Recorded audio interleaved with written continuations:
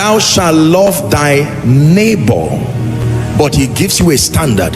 He says, before you start thinking of loving your neighbor, leave your neighbor and do something with yourself. Because if something goes wrong with that person called yourself, it will affect what happens between you and your neighbor. And if that neighbor is your spouse, if that neighbor is your boss, your neighbor is not just the one close to you. Your neighbor is anyone who can share from your pain, share from your energy. He says, as thyself. Are we together? Many believers do not know that they have a responsibility of learning how to relate with themselves.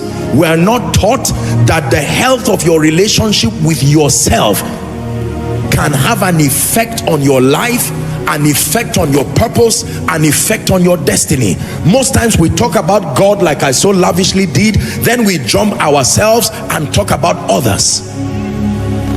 Are we together now?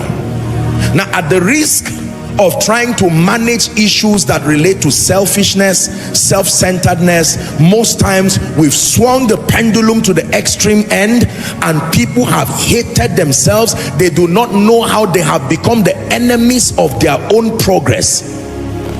In a bid to manage self-centeredness, in a bid to manage selfishness, many people have been so unfair to themselves. There is someone you need to tell sorry at the end of my teaching tonight. Guess who that person is?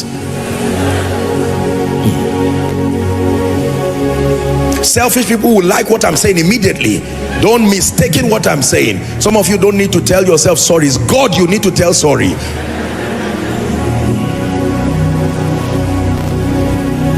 Say amen. Your relationship with yourself. This defines working on your esteem. This defines working on what we call self-love. If you hate yourself, don't blame anybody for joining you in that agenda. Don't blame people for hating what you already hate. Are we together now? There are spouses saying you don't like me, but do you like yourself? There are individuals saying people don't like me, but do you like yourself? They modeled after your hatred for yourself. You are only receiving a harvest of a seed you already planted. How about your contending for growth and improvement? These are all the elements that demonstrate in experience that you love yourself or you hate yourself. Please look up. Most believers do not know, with all due respect, that as an African, do you know the average African by default already comes from a foundation that is plagued with low self-esteem? Are we together? All kinds of emotional damages, and most believers do not know how wounded, how hurt they are. With all due respect, some may have been hurt as a result of their backgrounds, the kinds of parents that raised them, or the absence of the parents that raised them. Are we together? Some because of the nasty experiences that happened in their past, maybe some experience they may not want to talk about.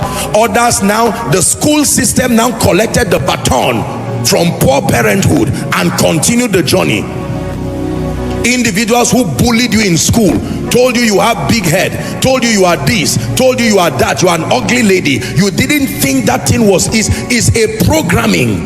They were writing something. By the time you became a teenager, you became aware of yourself. Those things started pushing you into a lifestyle that was unnecessary. Because some ignorant guy called you an ugly lady, you thought it did not matter. But now you look at the risk you have placed on your life because you are trying to manage and change that narrative. How about gentlemen? That's the major sponsor of joining occult groups, joining all kinds of platforms that we have today that are self-destructive. Loving yourself. Many believers are plagued in church with low self-esteem, justifiably so, maybe because of the backgrounds, but they are not taught that you can be free from it. Like you heard me say, many will find themselves aggressive, hurting innocent people, and if you ask them what is wrong, they can't give language to what is wrong. What is wrong has a history they have not studied. They don't know why they easily hate people. They don't know why they cannot have 2 week structured friendship. They must say something, they must be angry. Something in them rejoices when someone is crying. They are not necessarily evil, they are wounded people. They find consolation in the pain of one, because it seems to give a picture that we are all the same.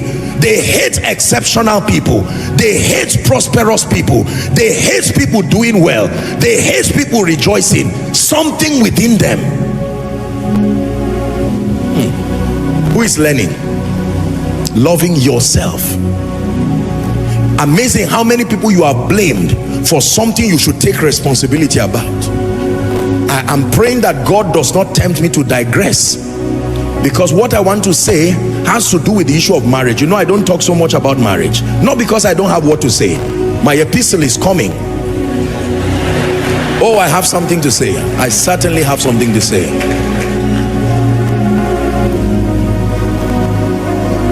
But allow me steal from my file and teach you something tonight. Do you know, ladies and gentlemen, I think it was in the weddings of one of our people, I was saying this, marriage was not supposed to solve all your emotional problems. Please listen to me. There are many people who came into marriage because they failed in every other relationship, and they now decided to chain marriage and blame it. So they take the satisfaction that should come from knowing Jesus, the emptiness that comes from not knowing Jesus, they blame it on marriage. The emptiness that comes from not living a purposeful life, they blame it on marriage. The emptiness that comes from not understanding human relation skills, they blame it on marriage. Marriage in today's world is carrying a load beyond its original allocation. It's the reason why marriages are failing. The load that is being put on marriage was not designed that way.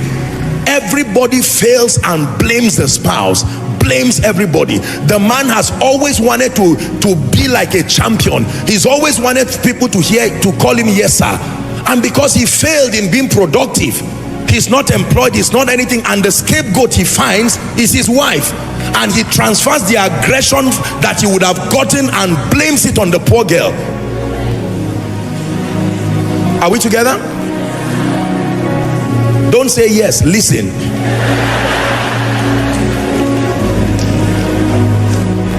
How about the ladies?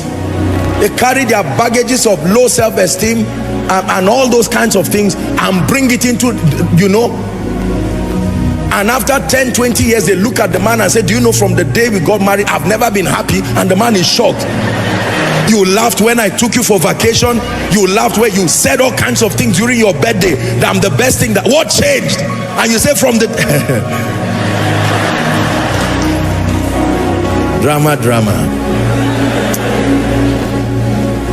Do you know why? Please look at me. There is a level of emotional satisfaction only knowing and loving Jesus can give you.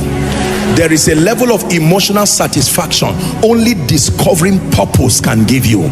There is a level of emotional satisfaction only relating with family members can give you. Not your wife, not your husband. There is a level of emotional satisfaction only being gainfully deployed, if not employed, can give you. If you are not gainfully employed, you can be gainfully deployed. Productivity controls that kind of passion and that satisfaction. There is a kind of emotional satisfaction only being a giver can give you. Now if you failed in all this area, then you decide to, I don't know if it's to reward now or punish yourself by getting married, and then you now blame your spouse. Is the reason why nothing for such a person, nothing the spouse does will ever be enough. And they are wondering. The man disappears for 3 hours, you are crying. Is it that you don't want this marriage again? The man says, I'm busy. What is all this? The time you are using to cry, you should have been using to do something with your life. And because you are not doing anything with your life, you transfer your emotional luggages.